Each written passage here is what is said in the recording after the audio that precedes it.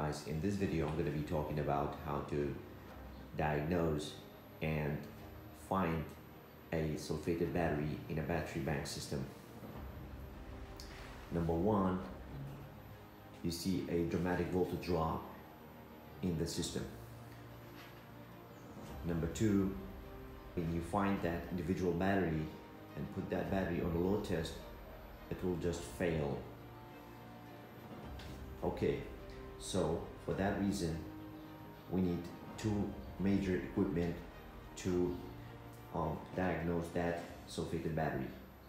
Number one, a DC clamp meter.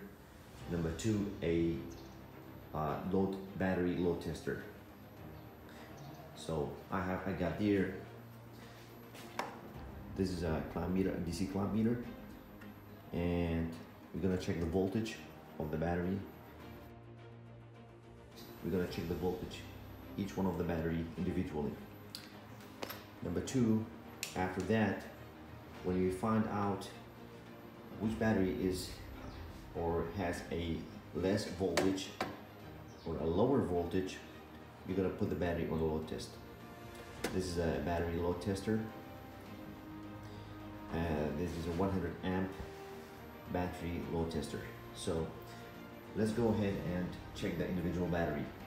But up front, these batteries being fully charged overnight, so they should read, each one of them should read 12.8 volt and higher. Any battery that reads lower than 12.5 is a good indication of a bad battery. So for that reason, we're gonna put them we're gonna check the voltage now. Let's do it. I'm gonna put that on a DC. Okay. I'm gonna put the okay. Let's check the voltage, each one of them individually, and see how much it reads. For example, this one, let's start from here. This one is this one is 12.9. Great. Okay, those batteries being fully charged overnight, but let's see which one of them is a bad one. And this one is at 12.9. Great. This one 13. Okay, great.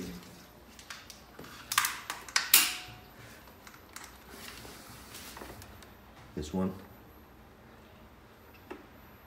Okay, let's see.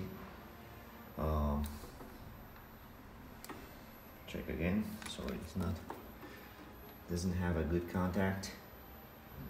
So it has to have a good contact to read the voltage. So we have 13.4 volt. This one, we have 13.6 volt. That one, we have 13.7. Okay, this one. Now we're gonna check this one. See how many volts we have. We have 11.3. This is bad one. This is very bad. Even lower than 12.5. And that one also. Let's check this one. This one reads 12.4. This is also bad. So these two batteries, this one and this one, is bad. So now 11.3. Okay, this one is 11.3, and that one is 12.4. So we're gonna put these two batteries individually on a load tester. So what I mean by that is we clamp positive and negative side of the battery.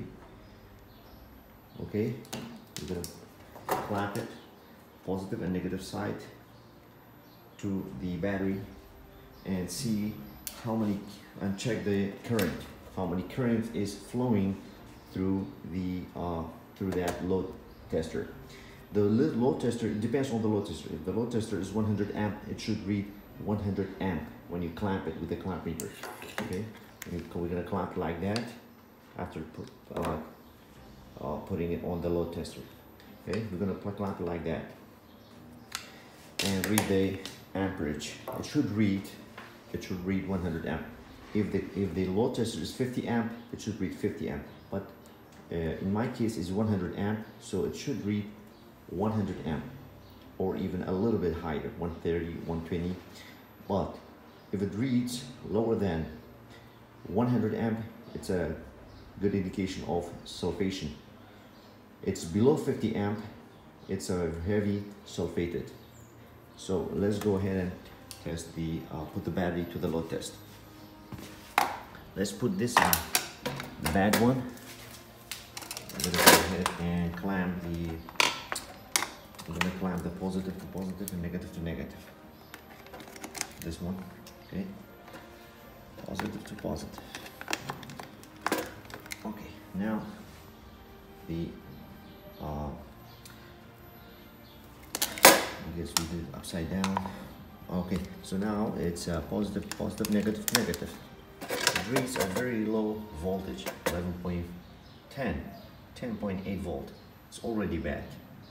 So let's put the battery on a load test. Okay, we're gonna put it on a 400 amp. This is DC side. Okay, should read DC. Put it on a 100 amp because the load is 100 amp. It should the indication should read. Put it on a 600 amp. Let's go ahead and check the voltage.